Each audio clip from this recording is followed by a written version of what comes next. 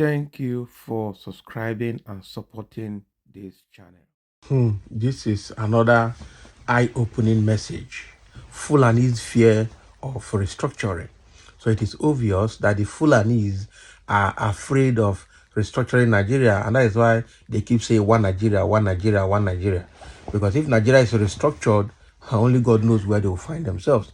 Or all the bushes that they are trying to conquer for grazing in Nigeria, they will all be pushed out and sent back to their region. That is it. But let's see exactly what Umar Ardo is trying to say. Dr. Umar Ardo is trying to throw more light into the fears of the Fulanis over the restructuring of Nigeria. And he said, can I rhetorically ask whether Nigeria has really attained nationhood with the myriad of problems that is bedevailing her? Will restructuring resolve all of these problems? If so, why then is the restructuring campaign not making any appreciable headway? My answers to these questions are simple. Yes, Nigeria has attained high level of nationhood, but with also high level of unresolved problems.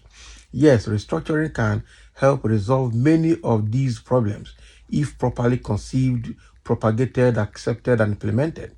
And unfortunately, the restructuring campaign is not making any headway because of the methods and strategies of its pursuit. Okay, so surely I believe we have attained a high level of nationhood, even though we still have some teething issues to resolve. But then no country in the world is without problems. So even in the UK, Brazil, India, Australia, Russia, Canada, etc., there are separatist tendencies. That doesn't mean that they have not attained a high level of nationhood. As for Nigeria, we have worked hard to attain nationhood with high degree of success.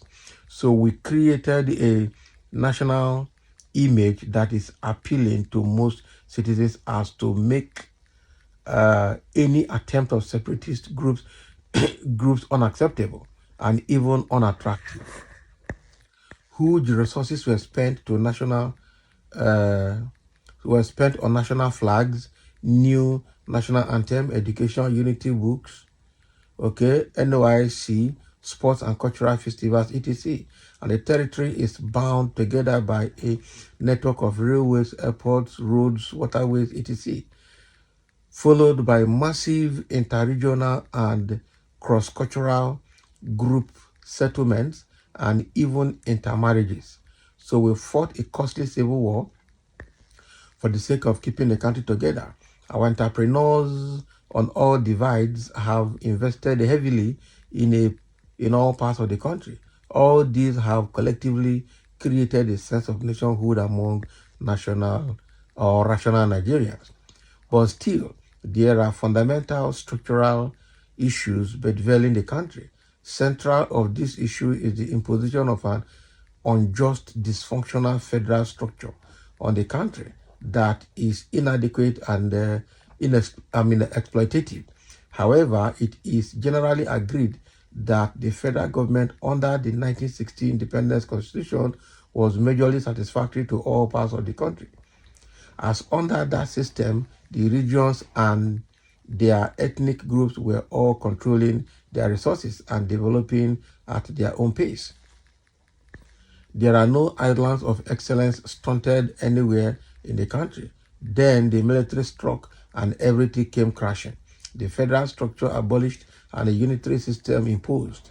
And when the same military wanted to hand over power, they put in what I call a little of federal and little of unitary democratic structure. And since then, Nigeria's political debates and struggles have been between the federalist and the unitarist. Okay, um, taking ethnic, religious, and sectional tides depending on who's in power. These little federal and unitary imbalances would have over time been resolved in the ordinary evolutionary process of nation building, facilitated by political agitation for restructuring. Oh boy, it's a very long thesis, I'm telling you the truth. Okay, so this guy has taken time to put all of this in perspective. Okay, so in conclusion, he said that the earlier all Nigerians claim their hearts of such religious, ethnic vices are better for us all and for the country, while it is only truth that can set hearts free of such maladies. It is also for all of us to reconcile ourselves to the fact that Nigeria must be restructured so as to survive for all Nigerians, wheresoever and whosoever they may be. But we must all be confident that the motives of restructuring is not enmeshed in ethnic and sectional hate and malice. For us to achieve restructuring, we must treat one another with truth, understanding, decency, and respect.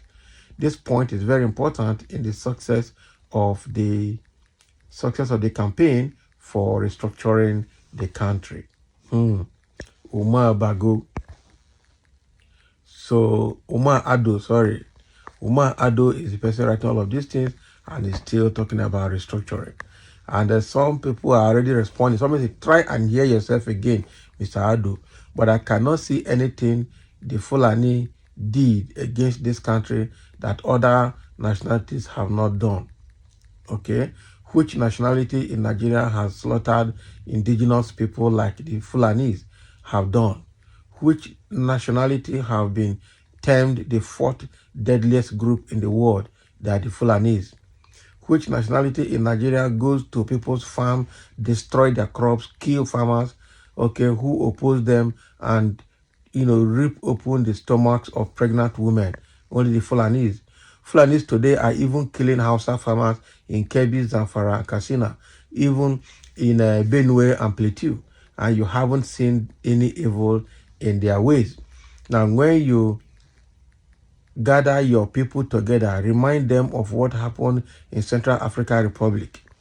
Okay, you can bury your head in the sands like, all the Fulani leaders and elites are doing. But remember, the spirit of Gideon Oka is still very much alive in the heart of other ethnic groups in Nigeria. Even Hausa, through whom the Fulani entered Nigeria, are now willing. Just come down from your high horse and walk towards averting a catastrophe that is looming on your people. Wow. They don't give them analogy. Exactly, bro. True talk. That is it. They give him analogy. So why are you talking like if the fear of Fulani is the reason we're not restructuring? Or is the reason people are calling for restructuring? The Fulanis are crafty and very afraid of losing grips on Nigerian soil if we can restructure Nigeria. And they shall remain so for life. Oduduwa Republic forever. Ashe Edumare Ireo. Can you imagine? Dr. Umar Ardo is a typical Fulani man, as usual, full of deception and always ready to conceal the truth. From the analysis above, why is the Fulanis at war with all the indigenous people of Nigeria, and Hausas included?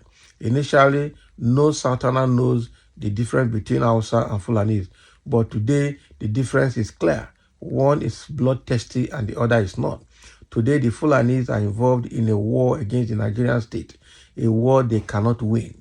Okay, their cat is out of the bag. Why are the Fulanis killing their host, the Hausas? It is time, and the earlier the better. The Fulani tribe will go into extinction without their leaders knowing it. Restructuring or not, nobody wants any association with the average Fulani man.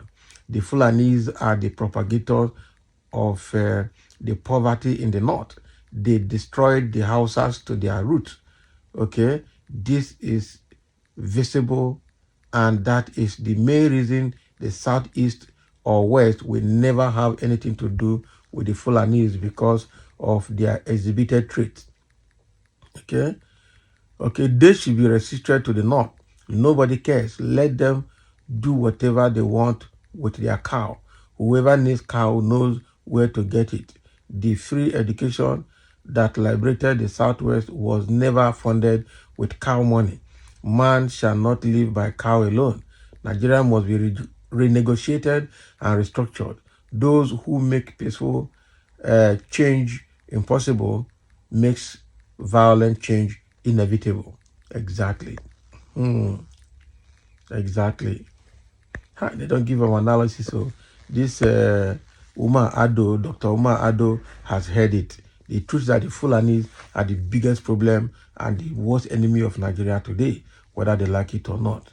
So they are scared. It's even the Fulanis that are scared of restructuring because they will lose their grip from any part of the country and will be restricted to their own area alone if they even have any area in the north. So thank you for listening. Let's have a comment.